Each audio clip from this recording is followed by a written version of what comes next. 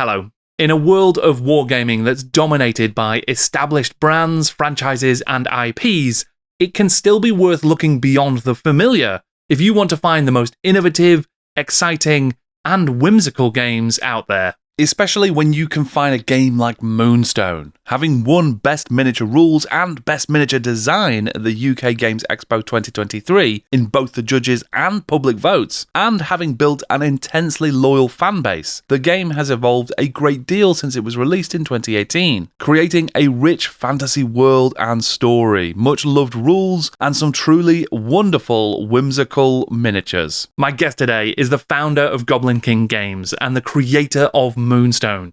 We talk about the business journey in creating an indie game publisher and getting it onto shelves, the design decisions and influences that can inform the creation and evolution of such a game. And we also explore just a little bit about the future of Moonstone and what potential games could be on the distant horizon. I'm Jordan, this is Jordan Sorcery, and today I'm in conversation with Moonstone creator Tom Greenway.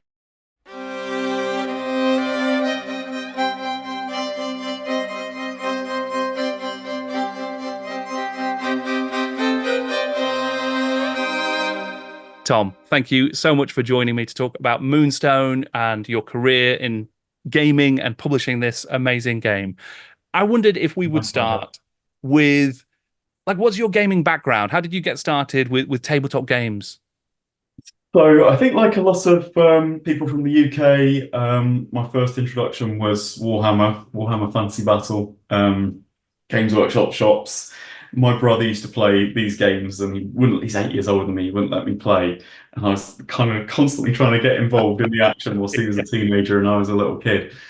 And yeah, I entered a Games Workshop store. I was looking for crossbows and catapults at the time, the elastic band shooting game, because I was that young.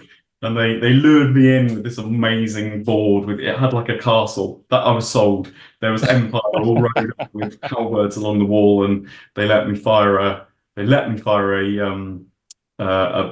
catapult because that's what I was into. That's what I was looking for. I had no clue how to guess ranges in inches. I didn't even know what an inch was, but somehow they smoothed me through the process, and I enjoyed it and walked out with the massive box of Warhammer. I was very disappointed if I didn't have a catapult in it, but you know, I was hooked by that point. And then yeah, so obviously started off with Games Workshop games. Got very into Blood Bowl. Took a bit of a hiatus, as a lot of people do. Actually, not so much. I think I carried on painting, but I kind of stopped playing for a little bit.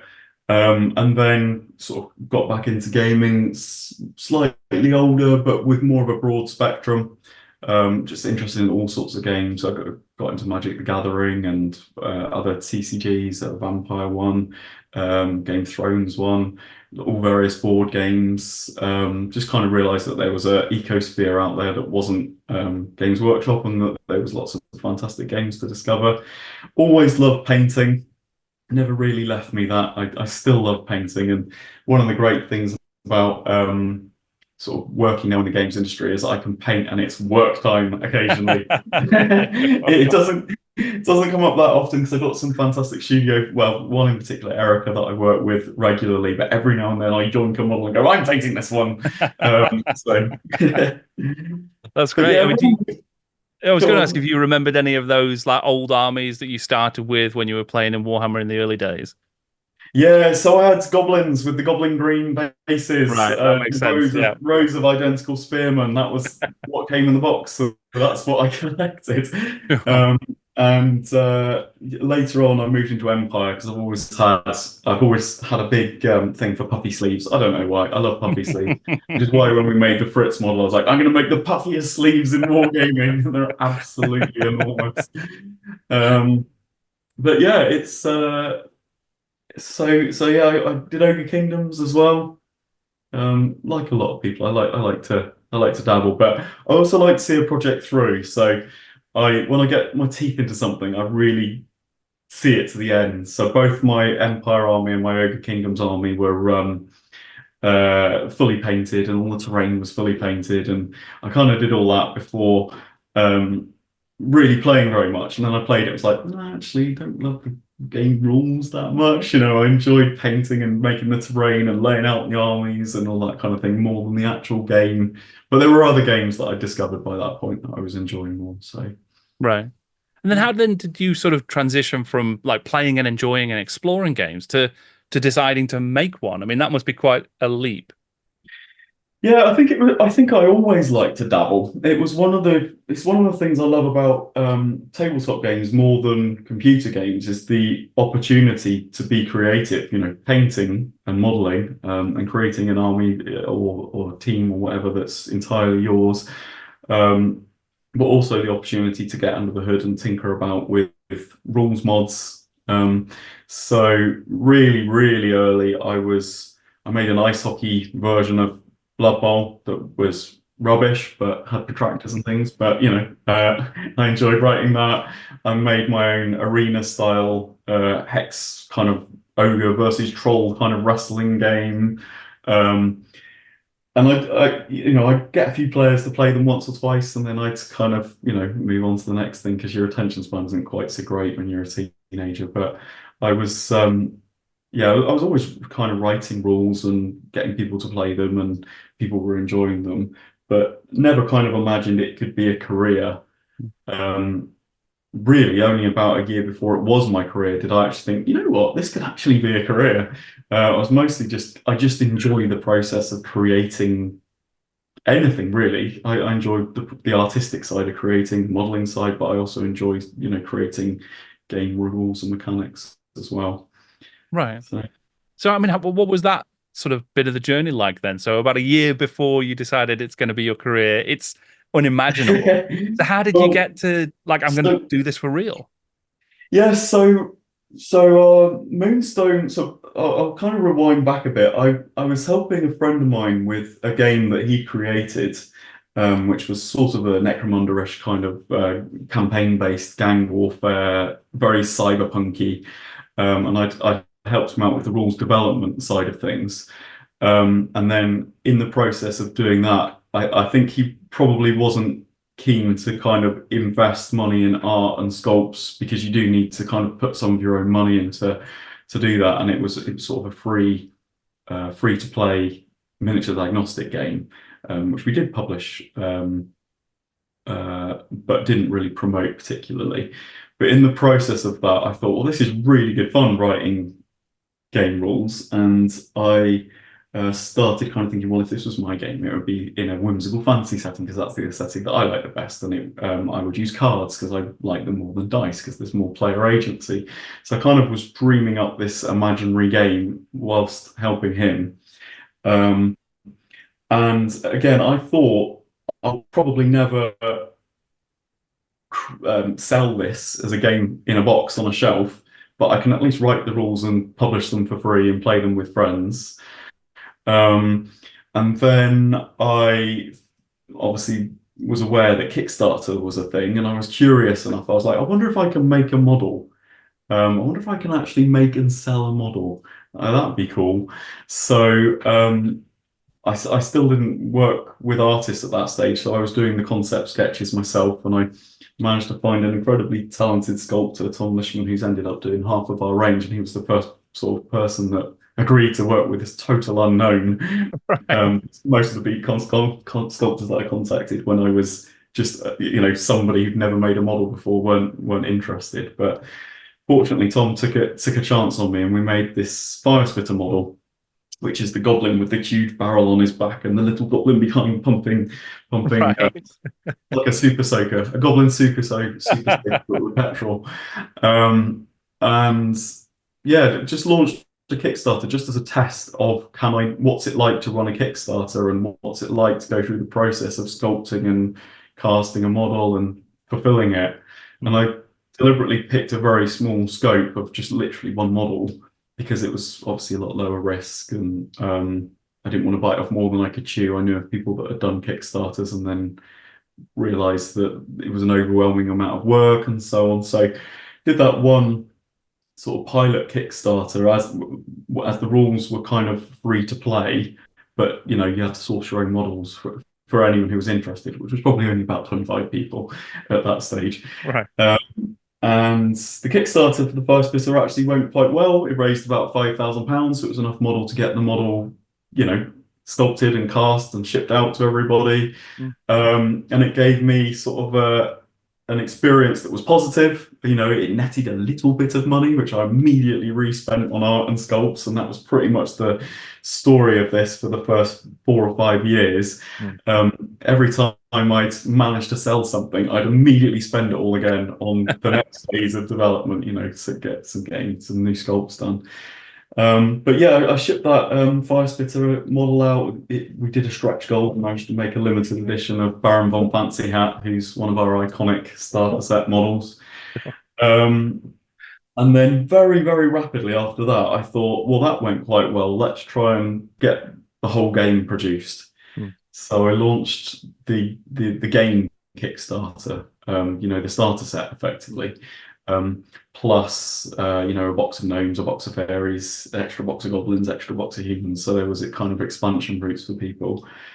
And that did very well as well. But by that point, I was collecting a small player base, a modest player base using the kind of free rules and the standees that I'd made out of the art, scraping together whatever budget I could to get art done and publish everything immediately. But yeah, enough people have dabbled in the free version and enjoyed the gameplay. And I always think with miniatures games in particular, it's kind of gated. Unless your art and models are amazing, people will never really try the rules. And unless the rules are really good, they'll never kind of get fully immersed into the game to the point where they'll want to, play it regularly and devour all the lore. So made sure, I didn't have, much money, but I invested every penny that I had in my savings and asked sort of friends and family just to get as much art and sculpts done ahead of that Kickstarter as I could. And yeah, the game launched. That Kickstarter was successful. It didn't still make any money at that stage, but it just about covered enough money to make the stuff and ship it out.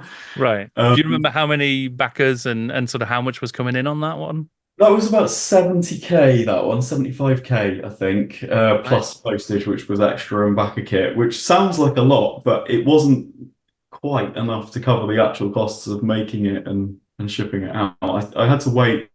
So I invested 6,000 of my own money, and I asked my dad if he'd invest 6,000 in my company, and it took us about 5 years before we could pay ourselves back.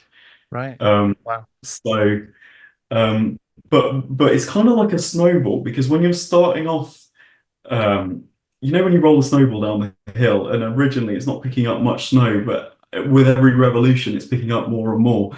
So those early stages, you're putting a lot of effort in and not sort of seeing much. But as long as you're seeing like a consistent amount of growth, 20% growth on a very tiny amount, but it's 20% every 6 months, before you know it, that growth starts to become enormous. And we often joke about we're being chased by the snowball, because now it's picked up so much momentum. I'm no longer trying to push it. I'm running ahead of it, like frantically trying to reorder things to keep up with the amount of pace and momentum that it's got. It was easy in the early days when nobody really paid much attention or cared. There was as much time or motivation as I wanted. But now we've got whatever it is, 6, 7, 8,000 players. There's people who want the next releases, and they're, when we do a release, the orders are so big that I'm kind of frantically putting new structures in place, new processes, to creating invoices in the past. Well, there's no point setting up a computerized system for that. I can just knock it up in Excel. But then when you're doing 25 a day, that's your entire day gobbled up in Excel creating manual invoices. So you have to set up processes to generate them automatically. And it's been great fun. Setting up a publishing business is an order of magnitude bigger of a task than creating a game is. But I think being a gamer and enjoying the strategy of games kind of has allowed me to get into a mindset of enjoying the strategy of creating a business. Right. In some senses, it's like a resource management or engine builder kind of game, except the points is pounds basically. So you're investing money to kind of create an engine because that engine will allow you to, increase your capacity, and there's an endless stream of tasks to kind of move from a standing start as just a nobody who's never worked in the games industry or published a game to the stage that we're at now, where it's a successful game with a really good roadmap going forwards and lots of players and hundreds of retailers. It's it took a long time, but I did it. I was talking about sort of like it's kind of like a strategy game in a way. There are different routes, and some people will get a huge amount of investment up front. I didn't go that route. I went the very safe route. I kind of would work very, very hard and make a little bit of profit and reinvest that profit, and then work very, very hard to make a little bit of profit and reinvest that profit. So a lot of people think of Moonstone as a new game, which is great. We still kind of get the new game shimmer because I didn't do that. Let's go to the bank and get a couple £100,000 or use an existing company that had a couple £100,000 to invest in a big launch. So we're constantly being exposed to new players all the time, and thankfully the quality of the product is good. So when we are introduced to a new player, our adoption rate is really high, basically, and our retention rate is really high. People, when they play a demo of Moonstone, really enjoy it and become players, and then the players that we have play regularly and stay with us for years. So it's been a really fun journey. There's been times when it's been so much work. I thought, what the hell am I doing? What am I going to do now? But the payoff is terrific. When you see. When I go onto my Facebook feed and there's just row after row of people painting their models and putting photos of their games and enjoying things and chatting on Discord about new combos that they discover and lists that they've built and modifications that they've made to their models. It is so enjoyable, and attending tournaments as well, where I can stand in a room and just see 30 people playing Moonstone and laughing and enjoying themselves. There's some incredible sort of payoff and rewards for it. Yeah, it sounds it. Yeah, absolutely. I mean, and I'm really, that's a fascinating sort of the analogy with the snowball, and now you're running ahead of it. Yeah. That sounds. I kind of feel like it's going to squash me any minute. Sure, Stop running. Because I'm curious then about, like, obviously the weight of expectation that you sort of talked about there, when now you've got many more players, people are looking for new stuff. Does that change like your relationship with the design process? Because now you're not just creating stuff on a whim because you fancied exploring something. Now you need to create something, right? So I've really tried hard to, and I think succeeded in not feeling like we need to hit certain deadlines. And one of the benefits of not taking a big investment and having investors that are pressuring me when hit this certain release date, we need to hit these profits, is I can release things when I think that they're ready. We were talking just before we started recording about the playtesting process, and it can take 6 months to 2 years between when we first playtest a model to when it's on sale. And I think I'd find it very stressful if I was having to release something that I didn't feel was quite ready, and then the community's kind of finding holes in it and thinking, but we can't really do anything about it because we need to put our focus on the next release, so we'll just have to abandon that problem. I wouldn't like that. I like knowing that the quality is really high and that there's lots of things for people to discover, that they'll have a first impression of a model, and then maybe a year or two later they'll go, oh, I can do this with it, and there's layers for people to discover, and I really like that. I like being able to be proud of the product and not being sort of pressured into it. And I also like taking risks. When I put fairies into the game, I remember people going, I think people are like that, because it was quite different. But I thought, oh well, I don't care because I like it. And there's no real pressure on me. in the way that some larger companies might to try and hit a current trend. I was like, well, I think it's cool, so I'm just going to do it. And with the new Shades of Moonreach faction, when I was talking about some of my ideas for that, with the weird psychopomps and the tea cake of torment, and some of the characters' ideas that are just completely weird, and this medieval manuscript illustration art style I was banging on about, people were like, okay, I suppose we'll see how it goes. But I think it's important to me to do something that's different and that I like, and then I hope for the best that other people will like it. And so far, it's gone well, and we have. Yeah, that's a really nice feeling.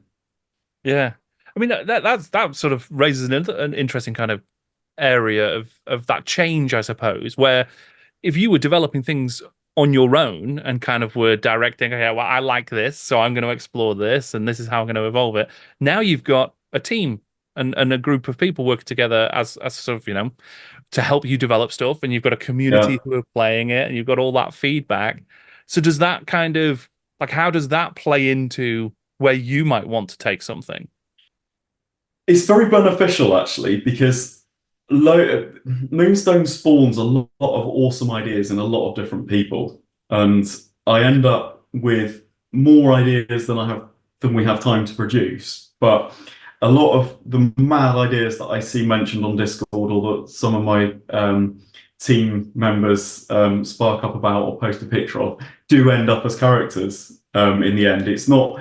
I was going to make a joke that I'm this like megalomaniac and I just squash on everybody's ideas and keep it pure, but I don't really. I kind of mix them all in, and sometimes I have a mad idea which I'm obviously like pushing through with a little bit of, oh, okay, well, it's your company, you know what you're up to, but I wouldn't do it. And other times it's more of a collaborative effort where we bounce off one another, and more often than not it's the bouncing off one another, to be honest. And that keeps it fresh, lots of different ideas being mixed in. But I obviously have a core kind of vision of the aesthetics. So some ideas are really cool, but they're not Moonstone. So I'll occasionally kind of vet things out to kind of keep it sort of have a consistent feel that's recognizable. Even though I'll be like, that is such a cool idea, but maybe we'll make another game where that belongs. I mean, I think it's fair to say that the sort of tabletop industry is a competitive one, and I would imagine miniature wargaming is a especially competitive field. Given that there are major players who are already in place. I mean, how do you sort of set yourself apart from them, and what kind of pressures do you see from the fact that there are so many well-entrenched games already? Yeah, it's an interesting point. I mean, the indie game space is actually an incredibly friendly one, because I don't feel like the other small game manufacturers are competitors in a sense, because the market is so huge because it's dominated by a few monoliths, not monoliths, but huge companies. Yeah. And us little guys are kind of helping one another. Even though you might think of the other small companies as your competitors, they're not really. We're each a small part of a massive market, and we're all relatively new and trying to, find things out on the best way of doing things. So it is competitive, and I think you need to really, really, really focus on quality to stand out, because there are so many options for gamers to play that if you don't sort of really strive to be the best that you can, it's very easy to be overlooked by someone else who's done that. And I think that's the case in all areas, the miniatures and the rules and the lore, and every part of it you need to kind of love and care about and put your maximum effort into. I mean, when I'm getting models made, I'll get them test printed, and then I'll scale them up or down by like 0.25%, because I'll be like, I'll kind of compare the model to every other model in the range and go, you know what, I think that's 0.25% too big, I'll scale it down a bit before doing and Mick, one of my colleagues, he laughs at me. He's like, "Oh my God, like you're going, you're studying it that much, but you do kind of need to do that." And when we do play testing, we really, really hammer it. Joe Parsons, who's the lead developer, who's just got like a savant-like mind, and he's definitely the best Moonstone player in the world. We play and we play and we play and we try this and we try that combo and we think about that and we chat away for ages on WhatsApp about what we want this character to do and what combos it might work with in the future and what little hooks we're going to leave in the card so that we can make other characters in the future work with it. And I think you do probably need you need to love it. I think you need to enjoy that process and enjoy and get the satisfaction of seeing something which you're perfectly happy with. Because if you're cutting corners, you can potentially get away with cutting corners if you're already huge and you've got the huge marketing budgets and the huge player bases. I don't know, maybe. But I think when you're small and starting out, you kind of need to get evangelists in your players, because that's our main marketing method. Is people play the game, they love it, they get their friends to play it, they love it, and it grows in that way, rather than with tons and tons of ad spend. Yeah. So I don't know if I answered your question. I went on a ramble. No, that's great. I mean, you mentioned there like the sort of putting those kind of hooks into the design of something so that you can come back as a designer later on to sort of utilize it for future stuff. And then you also mentioned that sort of funnel, which was really interesting, of how people might engage with a game. Yeah. And so they're looking at the miniatures first and then rules and story and stuff like that. Is there anything that you're doing in terms of design to kind of encourage that retention, to try and keep people playing for longer, I suppose? Yeah, definitely. So in terms of retention, there's two different ways, but I'll do the miniatures way first and the hooks thing that you talked about. Moonstone's list building, some other games might be like, this is this faction and they're kind of done. And then this is this faction and they're kind of done. And then we'll bring out another one and another one. Moonstone, each individual character and box set that we make is designed to branch out in numerous different directions. So when you've got one box set, let's say you've got the Goblin Pirates box set, which is a popular one. You can branch off into the Human Pirates box set, or you can branch off into another Goblins. And every one of our sets has synergies with at least 2 or 3 different other ways that you can go. Right. That can be quite addictive, because when someone's got one set, they're kind of like, oh, I'd like to do that because it unlocks this strategy, but I'd also like to do that because it unlocks that strategy. And so every time we're making a box set, we're looking to put abilities in which will synergize with older characters, particularly older characters which haven't seen much play yet.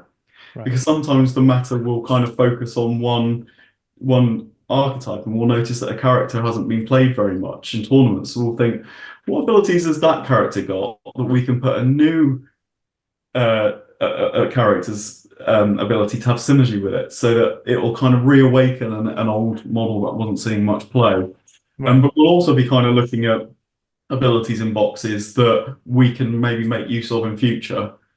I think that kind of branching structure to the synergy, which goes off in every direction and allows people to meander through the sets every time they buy a new box set, having like a new way to play and a new kind of theme for the troop, does help a lot with retention. I had another point and I've completely forgotten it relating to oh yeah, I think that the core game mechanics are very replayable as well. We do the core scenario where you hold a fistful of moonstones and you drop them and they scatter all over the table. Basically, it makes it very hard to solve the puzzle in advance. You can't kind of plan out your first turn. I know I'm always going to do this activation with that model, and I'm going to activate this, because you just don't know what the game state's going to be until you've made it start. And also with the card mechanics that we use, you can't, with dice, I find that you can kind of work out the maths in advance. So you know that if I've got 12 attacks hitting on fours, I'm going to get, 6 on average, which means I can kill that model, but not that model. You can kind of maths it out in advance, and you can't with the card mechanics that we have, because I don't know what my best card is until you play your card and we reveal simultaneously. So you can't really solve Moonstone. It doesn't matter how many times you play it. You never really get into a groove where you're just doing the same thing every game. It's always different, and you're always having to think and kind of work out what your opponent wants to do. Because if you can work out what they want to do, you can do the best thing against it. But if they know that you know what their best thing is, they'll actually do something else instead. So it's got a lot of sort of replayability, I think, because of those card mechanics and because of the randomized objectives. So I think those are the kind of the two areas that kind of creates really good retention for us. Right. Yeah. So you mentioned there the sort of way in which the kind of synergistic elements of the game work and army list building. You've mentioned playing Magic the Gathering before, the use of cards literally in the game mechanics. There's almost as much relationship with other miniatures games as there are with collectible card games and TCGs and all that sort of stuff. Like, how has that influenced sort of you as a player and you as a designer of the game? You're absolutely right, massively. I did look at other games, board games mechanics and card games mechanics for inspiration, rather than just purely looking at what other miniatures games have done in the past. And with kind of the list building side of things, I was very much looking at TCGs. Magic the Gathering, for example, you have a kind of a set number of cards in your deck. I know you can go above it, but most people do 60. There's only 5 factions, red, green, blue. And I kind of wanted that same kind of thing where there's only 4 factions in Moonstone, but that doesn't mean there's only 4 ways to play. Within each faction, there's not quite infinite, but there's a huge number of different ways that you can combine different pieces. So that is very inspired by card games, even though it's nothing to do with actually, having the physical cards. I always liked card mechanics more than dice. I do like dice; they have their role. They're great when you just need to generate a random result. But I like it with cards because the randomness happens first, then you make a decision. So you always have agency. You draw your hand of cards, then you make a decision. So it might not be the hand of cards you wanted, but you still get to make a decision. Whereas in a lot of dice based systems, you make a decision, you choose your optimum play, and then you see if it works out for you or not. And it's just a slightly less enjoyable experience. I'm not saying it's not enjoyable rolling dice, but it's a less enjoyable experience when you've made a good plan and the dice haven't favored you. And also because you can generally calculate how likely something is to happen. There is usually a right and a wrong option for you. So it's just choosing the right option as regularly as you can and then seeing if you're lucky. Whereas with cards, you are presented with a suite of options and you're trying to assess a huge number of factors to work out which ones of those options is going to most likely to benefit you. I just find it a slightly more enjoyable puzzle to solve. And games are basically being presented with a whole load of decisions in a row, and whichever player makes the most decisions at the end, good decisions at the end, is ultimately the winner.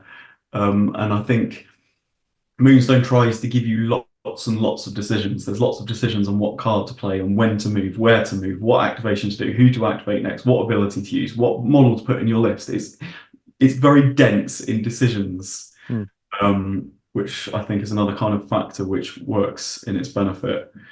So yeah, basically I did throw in a lot of influences from card games and board games, but the actual kind of card mechanics that Moonstone has, they're not directly lifted from anywhere else.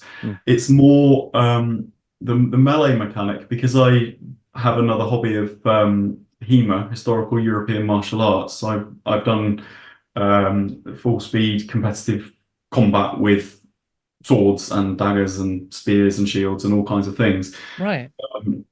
none of the mechanics that I'd ever really encountered in any game felt anything like the decision process of fighting with weapons. The kind of ranging is a big thing, trying to be just within range, but not within their range. Whether to kind of, go for a big swing that leaves you open, and every kind of move that you do exposes you in different areas. And baiting, a big part of sword fighting is you try and make them think you're going to attack them in the head so that they guard high and then cutting low. Right. Or fainting and things like that. So all those decision processes, which I had experienced in actual sword fighting, I'd never experienced in a game. It was always abstracted out to who can get the highest number, or who, however that is, a competitive roll versus target number or whatever. It didn't feel like the decision-making process. In a sword fight, I might just play really defensive and keep guarding, waiting for my opportunity to counterattack. Or I might just think, I'm clearly the better fighter, I'm just going to go straight in with my best shot. So I wanted a mechanic that allowed you to have that experience. And the cards allow you to do that, because for anyone who's not sort of seen how the card mechanics in Moonstone work, in Melee there's 6 different combat moves. You've got falling swing, high guard, sweeping cut, thrust, low guard, and rising attack. And it's a rock, paper, scissors, spot, lizard kind of interaction. There's no best card. There's not even a best card for each model necessarily. It all kind of depends. Some of the cards will be better for you. If I've got a spear, a thrust is better for me. But because I've got a spear and a thrust is better for me, that I'm more likely to play it. And therefore you might play the sweeping cut, which is better, which is a really good counter to a thrust. So I might think, oh, you're probably going to play a sweeping cut, so I'll go for a falling swing because that's best against that. But you're thinking, but does he know? And you're also looking at your hand of cards, because it's a very small deck. It's only 18 cards. If it gives you a lot of information about what your opponent might or might not be able to play, because there's only 3 of each card type in the deck. So if I see all 3 high guards in my hand, the more skillful the fighter you are, the bigger your hand size is. If I see all 3 high guards, I know you can't defend a falling swing, for example. But if I've got a triple rising attack, I might be tempted to play that because I get critical damage. So it's kind of there's lots of kind of things that go through your minds when you're looking at your melee hands, and then you both have to commit to a decision. You play your cards simultaneously, and you just read off on the card what happens in that matchup. So if I did a falling swing and you did a high guard, we both just look at our own card, and I'll go, oh no, and you'll go, yes, because your card will say you've blocked all my damage and you get a free hit back on me that I can't defend. Yeah. It's fantastic. Yeah, like a sort of these kind of mini games, these mini decisions within the broader game, in order to sort of replicate exactly like you say, that the cut and thrust literally of combat. And because I knew that I wanted to do something quite new with the combat mechanic and with the magic mechanic, which is similar and it's a mini game with cards, but it's a bluffing based game instead. I wanted to make sure that the rest of the game didn't put too much mental burden on you, that you weren't having to track too many things, you weren't having to remember too many rules, you weren't having to look up tables of information or what does this keyword do. So in the kind of the big game, the skirmish game, it's a lot like other skirmish games. I just was conscious of keeping the complexity down and keeping it where it's needed and where it's interesting, and not adding it where it doesn't create interesting decision points. So it's in many ways, Moonstone, the skirmish game, is a lot like other skirmish games. It's just probably a little bit more streamlined and cleaner than the average, and that kind of allows the mental space for you to have these breakaway mini games where you resolve any point of conflict with competitive kind of card sequence, which takes about a minute, and that's quite good. You're kind of rolling from one point of high drama to the next. Yes, it works really well. It's really, really fun stuff. So, I mean, one other aspect of Moonstone that we've not touched on really at all yet is the sort of the vibrant, whimsical world as you've described it. This fantasy place. Yeah. It's it is a really interesting and unique take on a sort of fantasy setting. So what kind of influences were you bringing into the creation of the Moonstone world? So, great question. So, basically, the artwork of Brian Froud was my key inspiration. So he was the art director behind the movie The Labyrinth. He sketched out all the characters. Also, Dark Crystal. Unbeknownst to me, even though they were my favorite movies as a kid, I also was collecting his books. So this whimsical art style, I just loved it. I still do.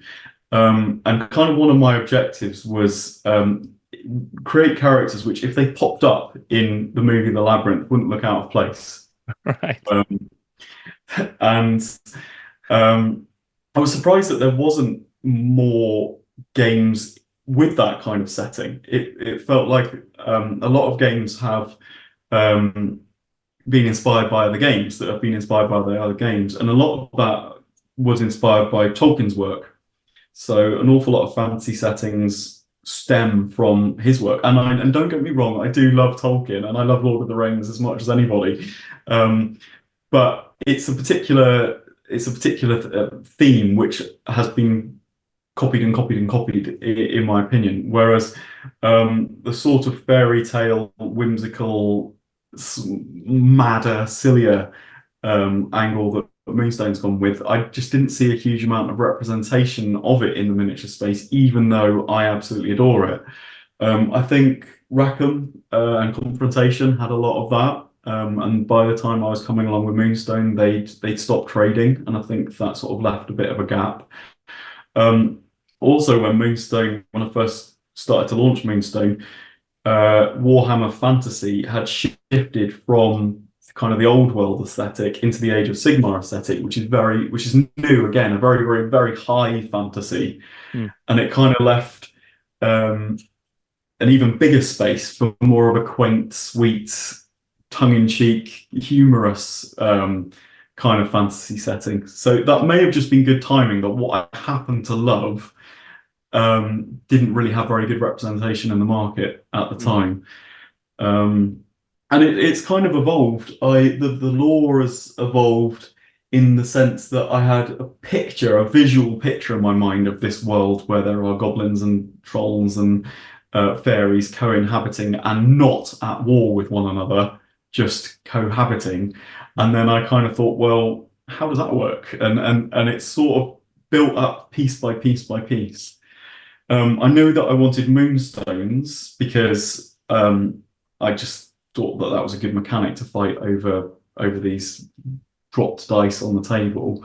So I had to think, well, what are the moonstones and who's collecting them and why are they valuable and what are they being used for? It started with a picture of a world that's, it's got little cottages and little farmsteads and little bits of smoke coming out of chimneys and, crazy goblin con men and, all this kind of weird airships and a visual image of how that would be a beautiful world, but how would it actually work? What's actually going on? How's the political structure of it? And it grew piece by piece, story by story, and now the lore is quite well understood by us, at least internally, and we have a grand master plan of a story arc that's going to start you in very gentle, peaceful little stories, but build up to something incredibly epic at the end. And we've now got it mapped out. But in the early days, it was really starting with the art style, and then sort of thinking about sort of the details of why it's like that. That was a fun journey as well. That's one of the areas where I sort of collaborated a lot originally with Paul L. Matthews and Richie Pascal, and now mainly with Susie, whose pen name is V.G. Thorne. So she's the narrative lead now, and she does a great job of putting up with my crap when I'm like, I want this. I think that would be cool. And then she kind of works out all of the backstories and motivations and reasons why this thing that I think would be cool is makes sense and plants the seeds of it. We'd like to drop little hints of things to come and motivations in our books so that when we do the thing, people are like, of course, that makes sense because of these cookie crumbs that we've been dropping. So Yeah. I mean, that's one thing that I'm always really very interested in is that almost a tension sometimes that you see between a setting for a game and a story, because you obviously want to create a space in which people can have infinite replayability. They can pit any faction against one another, tell any of their own stories that they want on the tabletop. But then there's also an incredibly compelling aspect of following a story and being part of a changing world. So does that, I mean, it sounds quite exciting then that you've got this sort of longer term plan. And I know you've yeah, done sort of some campaigns and things where people could submit yeah. their results, and the story of Eric and how he sort of evolved and changed. Is that something that's part of Moonstone's future as well? Yeah, so it's a really interesting point, that, because an evolving storyline is really gripping, and Mm. I think settings which don't do that and just sort of endlessly loop, you're missing out on the excitement of an evolving story. But you obviously don't want to tell people they can't play with their toys by kind of killing off key characters, and it's finding the right balance between those things. So we haven't really killed off any major characters yet. Right. Um, but there are evolved characters like Eric, for example, and Grub, who turns into Herbert Growbottom, where their position in the story changes to such an extent that they have a new model, and you can't play with the old model and the new model in the same troop. Um, but we don't stop you playing with the old version. You can just be playing a game set earlier on in the timeline. Mm. Um, and I think that's probably the technique that we'll use going forward as well. So you'll probably see more evolution characters that when their position in the story changes enough that they would need a new character card. But we'll never stop people playing with the older versions if they've painted them up and enjoy playing with them. Yeah. Yeah. And you mentioned before that there's 4 factions in Moonstone, right? And there's obviously always going to be a need or a desire, I imagine, to keep introducing new stuff and to explore things in new and different ways. So, like, how do you, within the context of the story you're telling and those factions that are available, like, how do you find the space to tell those new stories or introduce those new models and characters? But I mean, I think that's another tension that all games face, is you want to bring out new things, but you don't want to overburden players and create bloat and sort of confusion. You don't want a release cycle that's so rapid that people feel they can't keep up, or that so there are various tensions in that. And I think so far we've trodden a really comfortable line on that, where we haven't released things so rapidly that people feel like they can't keep up, or added excessive complexity. We do sometimes think, like, for example, when we're producing the new Shades of Moonreach faction, we did consciously want to make sure that the first few box sets that we released had more simpler abilities that kind of define the faction and define what they do. As you kind of expand deeper into a faction, you can kind of maybe do more weirder things that play around some of the edges of the rules. But yeah, it's always something we have to be conscious of, and every game ultimately has a sort of a lifespan. Because if you just keep adding more and more and more and more and more, it can become a bit overwhelming. But we're maybe halfway through the lifespan, of Moonstone. I would say we've published 2 books and about 100 characters. I think 4 books and 200 characters is kind of the limit, I would say. And then it may be that Moonstone goes into a quiet period where it's still supported and still sold, but we're not producing new miniatures for it, and we're focusing on a new game, for example. I think when people rush into second editions, that can alienate and upset players, because someone's just bought into something and then suddenly go, oh, you can't play with that anymore. That's not a nice experience. So so I've kind of been aware from the start that it will have a finite size, but it's probably half of what that finite size is at the moment. So there's plenty of time for people to both enjoy the current range, but also, enjoy the experience of new box sets being added and the kind of new unlockings that creates. Yeah, yeah, and you mentioned the Shades who have just been released, and I believe there's work going on that third book that you mentioned as well. I mean, what was the sort of Yeah. timeline or the immediate Yeah. timeline for things that are So happening right now? Shades haven't actually been released yet. We're fulfilling the Kickstarter at the moment. Right. Sorry. Yeah. So we've shipped about 2/3, maybe 3/4, probably closer to 2/3, I think, at the moment. Um, so when that's in the hands of all of our backers, then we'll be working towards a retail launch. So then the faction will be fully released and on our web store and on retailer shelves. And that's probably planned for kind of, maybe a first wave in September and then a second wave in November, something like that. So we're not kind of dumping the whole lot all in one go. I've waffled again. Did I miss the question? Did I miss the No, point? no, at all. It's just I suppose it's Yeah. where things go after that then. So your third book that you're working on.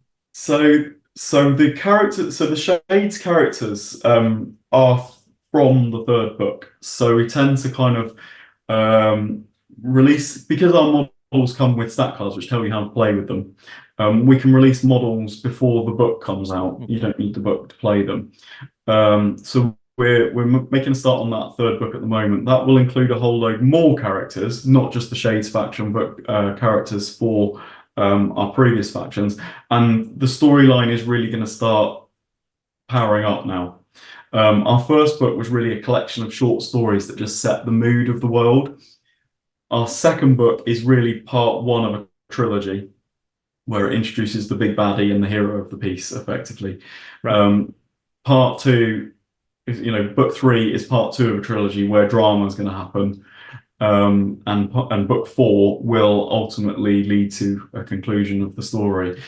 So when we're releasing our Shades faction, we are into kind of that third quarter, I suppose, of the miniatures releases. But the storyline that's been published has only really started. When we sent out our Shades Kickstarters, we made a little book called the Doomsday Report, which is an in-world document. So one of our characters, Tabby the librarian, has done some research into the Shades faction. It's all these documents and paintings that she's found and clipped into a binder, so that anyone who is receiving that at least knows what the Shades faction is all about, because it's a little lovely in-world document that explains it. But the real storyline where they emerge out and they influence the storyline is going to come in our next book. So yeah, lots of plans, loads of plans. At the moment, because obviously we finished the playtesting for the Shades a while ago, because they're being printed and shipped out to Kickstarter backers. We've been playtesting a new Fairies box set recently. Fairies haven't had a new release in a while, so there's some super cool new Fairies. It's got more of a melee focus. And melee via weird tricks is the crux of it. Fairies don't have very much wounds. They have lots of energy. They're all weakling. They're not kitted out for melee by default, but they've got some very interesting tricks and ways around it and manipulative abilities that make them good. We're testing undead pirates at the moment, because pirates have been a really strong theme for us that people love, and obviously with an undead faction released, undead pirates that can bridge the gap between those two is going to be really, really exciting. And we're just making a start on a box set called The Faculty, which is a bunch of old academics, a bunch of old gnomes.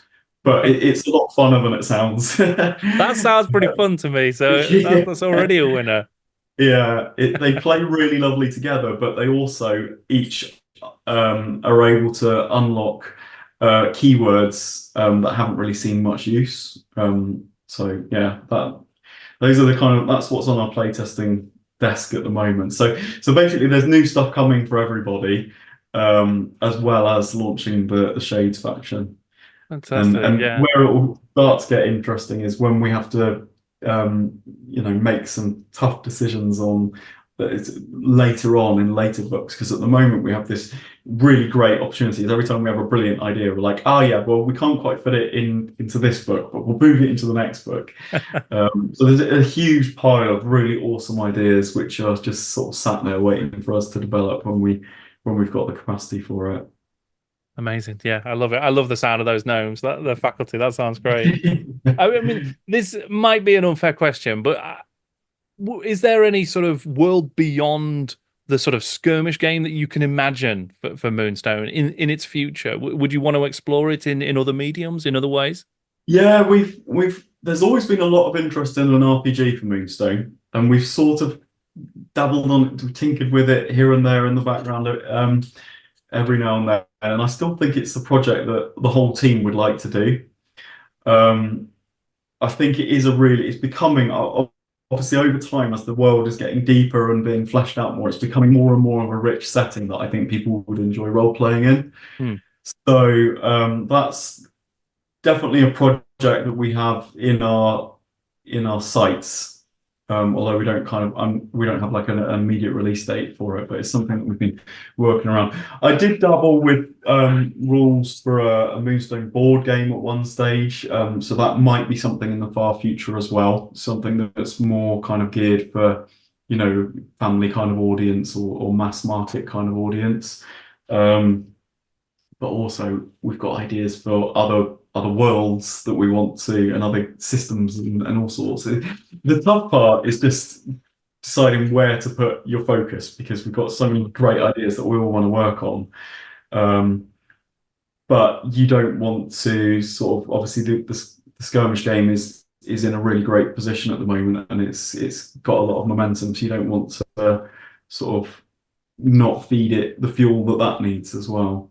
But I think Goblin King Games is going to be around for the long term, definitely. I've got a 5-year plan and a 10-year plan and beyond. So yeah, and I think Moonstone is going to be an evergreen game. I think it will be probably something that I'm working on until I eventually get too old to work, because it's so enjoyable, and I have plans upon plans upon plans for directions that it can go in. Amazing. No, that's great. Well, it sounds like there's an incredible future for Moonstone and for Goblin King Games, and some really interesting stuff for people to keep an eye on. So, yeah, great stuff. Well, I really appreciate you taking the time, Tom, to join me for a chat and telling us so much about your career and your work at Goblin King on Moonstone. Thank you very much. Thank you. Massive thank you to Tom for joining me to talk about the journey he has been on with Moonstone. It was fantastic to talk. And if you want to find out more about Moonstone, then you can check out www.moonstonethegame.com, which I've also linked down in the description below, where you will find a wealth of information about the game, the setting, the products, and everything coming out in the future. Also, keep an eye out here on the channel for my overview of Moonstone. I've got a copy that I'm going to be giving away, and I'm going to be talking about my adventures with the game and how I have found that beginning of my journey in Moonstone. If you would like to support the work that I do here on the channel, consider checking out my Patreon. You'll get early and exclusive access to content, regular updates. There are giveaways, including an additional Moonstone giveaway coming up, and lots of other fun stuff. It's also the only way I'm able to keep the channel going, so I really appreciate it. I also appreciate shares and likes here on YouTube, comments down below. All of that stuff is massively important, so thank you.